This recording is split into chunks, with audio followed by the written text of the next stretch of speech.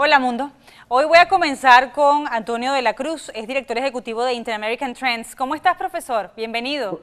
Muy bien, gracias, Carly, por la invitación a tu programa. No, gracias a ti por aceptarla. Voy de lleno con este tema, luego vamos a hablar de la negociación en México, porque también escribiste un artículo relacionado con eso, pero quiero empezar por esta venta de acciones de parte de PDVSA, la PDVSA del régimen, a República Dominicana.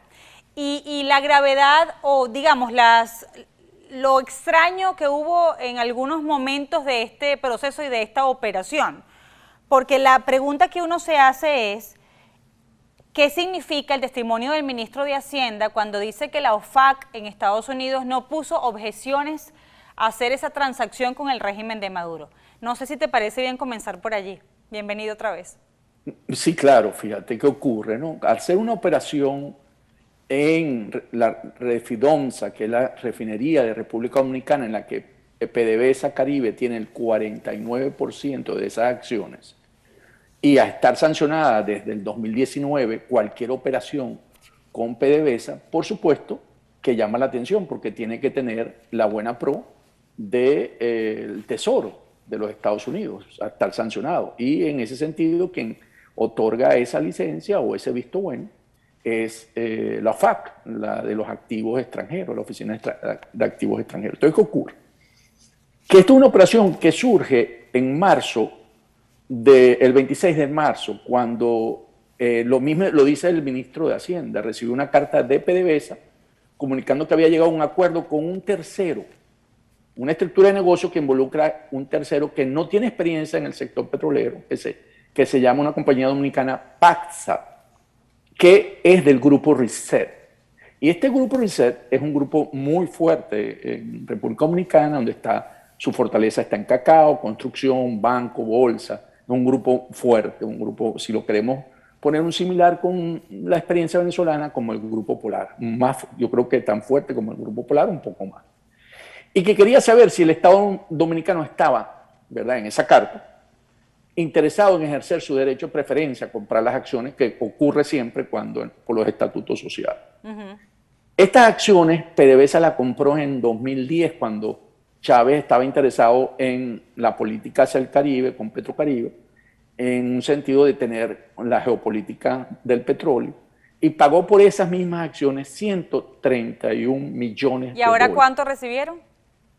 Ok, esa transacción se hizo por el equivalente, porque la operación se hace en euros, 74 millones de euros, equivalente a 88 millones de dólares. O sea que ahí hay un diferencial, si lo sacamos rápidamente, de 43 millones a favor de los dominicanos. Ok, Porque en el tiempo la refinería no se evalúan, más bien cogen valor. te voy a ir preguntando cosas como esta. ¿Lo están vendiendo por qué? ¿Cuál es tu conclusión? Perdón, sí, ¿por qué el régimen a través de Tarek, el Aizami, quiere vender esto? ¿Están Ok, raspando la olla? ¿Qué significa ok, exactamente? ¿qué ocurre? ¿Cuál es la transacción? La transacción es que Paxa recibe unos bonos que son tanto de PDVSA como de la República. Esa cantidad de bonos le dice al PDVSA o al régimen de Maduro: están estos bonos, estamos interesados en adquirir estas acciones que ustedes, ¿verdad?, que ustedes tienen, el 49% de las acciones. Entonces se transan recibir bonos, vamos a ponerlo así, Tarek El Alzheimer o el Ministerio de Petróleo, ¿verdad?, a cambio de entregar en una permuta, entrega las acciones que tiene de la refinería Refidomsa para el gobierno. Ese tercero, ¿verdad?, involucrado, Paxa o el Grupo Reset, se voltea, se las entrega, se las vende al Estado a República Dominicana, y ellos pagan los 88, equivalentes a 88 millones de dólares. Los dólares se quedan en el tercero. Venezuela recibe bonos, ¿verdad? Ok, ok. ¿Ok? Ok, ahora, otra pregunta sería, en esta transacción, ¿qué estamos concluyendo? ¿Que están flexibilizando las sanciones, aún sin haber terminado el proceso de negociación? Ok, entonces, ¿qué ocurre? Como eso tiene que tener el visto bueno de la OFAC por las sanciones, entonces Generalmente lo que ocurre, y lo hemos visto en otros casos, que se le pide al Departamento de Estado si hay una objeción con ello y el Departamento de Estado dice sí o no. Y en este caso, al tener el resultado que tenemos, que está autorizado, no tiene objeción, va a ponerlo así, no tiene objeción la OFAC, quiere decir que el Departamento de Estado tampoco tuvo ninguna objeción, ¿okay? En una especulación. Y en ese sentido, entonces vemos cómo sí hay de esta manera como una flexibilización con estas operaciones por parte de la operación que ocurrió. Pero para ti es flexibilización de las sanciones. En el sentido de anticipada. Que no le colocan un alto y dicen déjenme ver porque hay una operación con bonos de PDVSA. Porque la transacción en Dominicana, empresa dominicana con la refinería, es para los efectos de los FAC, es transparente, pero la operación del intermediario con PDVSA, esa sí debió haber levantado algunas alarmas porque eso está sancionado. Entonces, ¿sí están flexibilizando sanciones? Bueno, podemos decir que hay una voluntad de ir flexibilizando porque dicen que las sanciones no te permiten avanzar en arreglar toda la estructura de la deuda venezolana, en el caso de Venezuela, y en el caso de los dominicanos dicen que al no tener todas las acciones o a estar PDVSA involucrada, no tenían acceso a capital en el mercado nacional e internacional. Otra cosa, porque el regreso quería hablar de la negociación. Hay un detalle, Dominicana en teoría dejó de desconocer a Guaidó justo en enero. ¿Esto tiene algo que ver con esta transacción? Podría tener implicaciones, pues tú sabes que en política todo está conectado, entonces podríamos ver cómo hubo movimiento. Pero aquí lo interesante, Carla, es que esos bonos de la República y de PDVSA estaban cotizados el día que se hicieron las transacciones a 10 centavos de dólar, el de la República, y a 4 centavos el de PDVSA. Y República Dominicana pagó esos bonos al pagar esos bonos, esas acciones equivalentes, en 24 centavos. O sea, hay un margen, porque no se sabe la combinación, si ponemos que 10 más 4 son 14, entre 2 son 7 centavos a 24, hay 17 centavos de dólar que se quedó en algún lugar. O sea, que aquí hubo un negocio que hay alrededor de unos 60 millones de dólares que quedaron en algún lado como un negocio. ¿Alguien se los embolsilló? Alguien repartió, se embolsilló, porque hay un monto muy alto en esa operación. Una cosa más, porque esto pasó también con una operación con Suecia y tú decías que eso pone en peligro los bonos venezolanos, el futuro de la transacción de esos bonos, porque a esta gente no le importa el valor, su valor, lo que le importa es obtener algún beneficio. En Suecia, en Ninas, lo que ocurrió fue similar el año pasado. Tenía 50% PDVSA y entonces la administración de Trump le dijo no puede seguir importando crudo, por lo tanto entonces vendieron de ese paquete el 50%, el 35%, pero nunca se supo cuánto hubo por ese valor y tampoco fue autorizado en ese momento por la Asamblea Nacional, porque es un contrato de interés nacional. Entonces, ¿qué pasa? Que esto está generando un precedente negativo porque los restos de los bonos pueden pedir el mismo tratamiento con una cláusula que se llama pari passu, que es el mismo trato para todos los tenedores de bonos. Profe, voy a hacer una pausa, regreso. Antonio de la Cruz nos acompaña, él es director ejecutivo de Interamerican Trends. Profe, escribiste un artículo sobre lo que vuelve a ocurrir, esta nueva convocatoria para México, este reencuentro, y yo quiero empezar con esta angustia que me la expresa una persona que está obviamente como venezolano tan preocupado como todos podemos estarlo.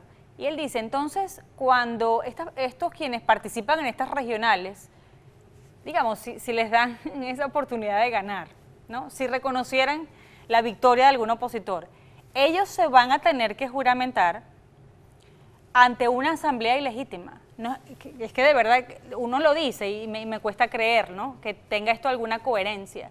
Pero quienes han dicho que la asamblea de Maduro es la ilegítima, ahora van a tener que juramentarse frente a esa asamblea ilegítima. Carla, no, en este caso es distinto, ¿no? Porque eso con el CNE, acuérdate que este CNE ha sido pactado por ambas partes en términos de lo que acordaron el CNE internamente en Venezuela. Y la vez pasada era porque quien convocó las elecciones, recordemos que fue un CNE y la Asamblea, y te obligaron a ir para que reconociera la Asamblea Constituyente, que era lo que ellos querían. Pero ya va, no entiendo cuál es la diferencia. Que el CNE es un órgano que supuestamente en este momento actúa independientemente y es el que tiene el control, no es la Asamblea los designa, pero el CNE es el que está operando. La vez pasada lo que quisieron jugar, como se decía que la Asamblea Constituyente no era y no querían que fuese en esta ocasión, no necesitan juramentarse en la Asamblea Nacional, sino ante el CNE. Ok. Ahora, hay otro tema sobre estos dos lados que tú ves agotados, tanto el interino como el régimen. A mí me cuesta creer que en este momento el régimen de Nicolás Maduro pueda dar signos de agotamiento, pero quizás tú los ves mejor. Yo lo que veo es una oposición que le ha dado más fuerza al ratificar o al aceptar participar en unas elecciones sin siquiera esperar a que esa negociación también cuestionada diera algún tipo de garantía sobre concesiones. Es decir, la oposición o este grupo de la oposición, porque no es toda la oposición, todavía no sabemos si Juan Guaidó va a mantenerse firme en su posición de no participar. Hasta ahora pareciera que sí, porque insisten que no hay condiciones. Pero Ramos Alutte dice que no hay condiciones y que igual van a participar. Quiero saber también tu punto de vista. Desde el punto de vista de que están agotados, cansados, es que ni el régimen de Maduro ha podido poner preso a Juan Guaidó, que es lo que quiere, y no ha podido. Y el interinato no ha podido sacar a Maduro de Miraflores, de su gobierno de facto. Entonces, a pesar de todas las acciones que ha hecho Maduro por querer poner preso a Guaidó, en algún momento y ha querido, no ha podido, y igual sucede en lo otro. Entonces, el agotamiento es en ese término de quién se impone sobre el otro, y precisamente México es por eso, porque al no ponerse no puede imponer uno con otro, hay que resolverlo en México. Pero es que allí pareciera que Maduro escogió con quienes va a conversar. Ok, entonces, aquí viene la parte. Entonces, claro, yo puedo estar cansado, pero yo escogí, y ellos han venido, y lo hemos hablado, de que ellos han venido generando toda una serie de acciones para ir a negociar con unas fuerzas débiles, unas fuerzas democráticas que se sientan en minoría, que se sientan débiles, a pesar de que tienen las mismas condiciones que tiene en la mesa, estoy hablando, de negociación, que tiene el régimen de Maduro. Entonces, bueno, ¿qué pasa? Que si las fuerzas de la plataforma unitaria, autodenominadas plataforma unitaria, considera que no está en el mismo nivel y no negocia en las mismas condiciones, ya es una cuestión interna, pero no porque no las tienen, porque tiene los acompañantes que son muy importantes, tiene las sanciones como una gran fortaleza, porque eso es lo que realmente Maduro quiere flexibilizar y quiere el reconocimiento, la legitimidad internacional, que no se la da porque más de 30 países reconocen a Juan Guaidó. Entonces ahí es donde está el juego de la negociación. ¿Cuál es? Él quiere flexibilización, las fuerzas democráticas quieren un proceso democrático libre, transparente, competitivo, validado por comunidades internacionales. Y es donde hay que negociar y no ir como sostienes. Claro, pero fíjate esto. Maduro necesita meter preso a Juan Guaidó cuando las fuerzas opositoras van por un lado y Guaidó va por el otro. Prácticamente muchos de ellos lo están dejando solo. Y en esa mesa de negociación tienes además a quien era su embajador en Colombia. El régimen dijo, no, ya no puede ser embajador, y él accede, renuncia a ese cargo para sentarse en la mesa. Es decir, accedió a lo que el régimen quería. Y además ahora se supone que van a sustituir a Vecchio por Freddy Guevara, quien sale, entiendo, para ese propósito especialmente. Entonces, ¿quién es el que está poniendo las reglas? Porque hasta el momento yo no veo ninguna condición de los factores disidentes, porque allí es verdad, Maduro firmó que no había condiciones electorales, pero toda la oposición brincó desesperada a buscar un puesto o una candidatura sin que existieran esas condiciones que ambas partes firmaron. No hay. Es que de verdad, esto no tiene ni pies ni cabeza. Es como que ellos se sintieron derrotados antes de intentarlo, antes de intentar negociar. Ok, la condición de ponerlo preso no es ya en este momento, porque ya en este momento hay una negociación, fue antes de este momento. O sea, él hizo todo lo posible para poderlo poner y nunca pudo cuando tuvo las opciones. Recordemos que más de una vez intentó y a la final no pudo. Entonces, hoy en día ya no existe, ya es una condición de negociación.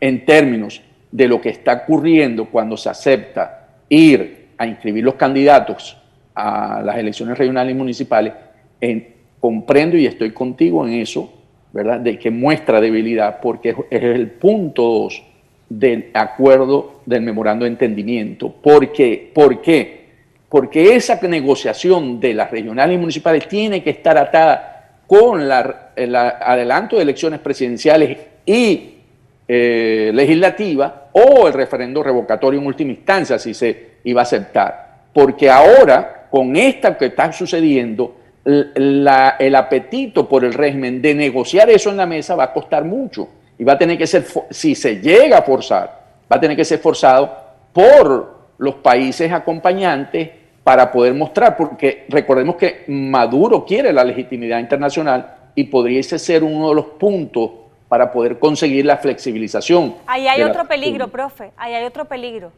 ¿Quién nos dice que no le van a empezar a dar préstamos? Esto parece, hace 2 años me hubieras dicho que esto iba a pasar y yo no lo hubiera creído, porque nosotros hemos estado 3 años ante Washington y ante Nueva York y tantas instituciones diciéndoles que se supone que todo este movimiento que creció por un interino era porque Maduro era un ilegítimo. Entonces, aquí pareciera que en ese acuerdo el mundo, porque no solo es la oposición, el mundo está detrás. El mundo, no sé si hablar de la legitimidad de Maduro, pero pareciera que quieren que nos conformemos con democratizar ciertas áreas en Venezuela o dar cierto matiz de libertad con Maduro en el poder. ¿Eso no es otra contradicción? Ahí viene la reflexión hacia la plataforma unitaria, hacia las fuerzas internas. O sea, en el momento en que vamos a este proceso de elecciones sin condicionar, porque recordemos que hay 2 agendas en Venezuela que se han montado desde el año pasado con las elecciones parlamentarias. La agenda de Capriles Borrell, que han buscado esta narrativa de hacer las elecciones para generar una solución de los venezolanos que nos han pedido. Entonces, ¿qué pasa? Si el sector mayoritario democrático no logra ver en ese sentido su fortaleza y hacer enfrente, más bien viéndose debilitado, entonces ocurre este tipo de situación en la que baja en desventaja. Porque es una solución, porque a la final, ¿qué nos van a decir, Carlos? Es la solución que han querido los venezolanos. Es que ese es el problema, ese es el peligro, porque si ellos se van a guiar por lo que está haciendo el liderazgo opositor, dirán, no, los venezolanos, que hay para los venezolanos, aunque no haya condiciones, están cómodos en seguir agotando las oportunidades constitucionales. Y llegar hasta el 24 con la elección presidencial de Maduro, que es la agenda que estamos hablando de Capriles con Borrell, que es esa misma que habla de ganar espacio y ir creciendo, cosa que sabemos tú y yo, que una vez que logre la flexibilización de las sanciones, el país se va a volver mucho más difícil, porque la Quinta República no asegura la prosperidad del país, los créditos, porque básicamente no hay confianza en ellos. Es como si se hubieran declarado ellos mismos perdedores antes de empezar la carrera. Es bien complicado. Profe, no, me tengo que ir, pero había un dato más que quería consultarte y se me fue. Pero bueno, ya lo haremos en otra oportunidad. Gracias como siempre por acompañarnos y ayudarnos a reflexionar sobre esto. Prácticamente uno ya siente que es compañía, porque consuelo, porque de verdad que todo lo que hemos estado diciendo durante 3 años, me imagino que es el dato de Guevara por Carlos Vecchio. Ahí es un error garrafal cometer la sustitución de Carlos Vecchio del equipo negociador. No debería suceder. Pero es que tú decías, ya lo recordé, tú decías que él era el único nexo entre el interino y la Casa Blanca. ¿Por qué te refieres a pasado? Porque la información que manejo es que es sustituido por Guevara, por Freddy Guevara, en las reuniones del viernes. Por eso ya lo pongo en pasado. Okay. Porque es la información que manejo. Pero él sigue siendo embajador, es decir, sigue siendo... No, yo no estoy hablando de embajador, estoy hablando del representante ante las negociaciones en México. Era el único, o sea, cuando digo es porque ya sale de la negociación y te quedas como interinato sin un embajador que tiene la conexión, que es el vínculo, ¿verdad?, directo entre el gobierno con la Casa Blanca. ¿Y Leopoldo López? Dicen que él sí estuvo dentro del partido empujando para que fueran a las elecciones. ¿Qué sentido tiene? Leopoldo tenía una situación muy difícil porque el partido, hay dos realidades, la realidad internacional y la realidad interna. En la realidad interna, todos los factores que están en el país quieren salir de esta manera yendo a estas elecciones creyendo que esa es su solución. A Leopoldo estar afuera, Leopoldo no tiene el control total del partido, aunque sigue siendo el líder fundamental, y había mucha presión interna de que iban a ir, y entonces en ese sentido yo creo que Leopoldo se vio obligado a tener que acompañar las mayorías internas y por eso acepta ir a las elecciones con voluntad popular. Voy a despedirte, profe. Gracias por haber estado con nosotros. Un placer. Gracias. Igual para nosotros, Antonio de la Cruz, director ejecutivo de Interamerican Trends.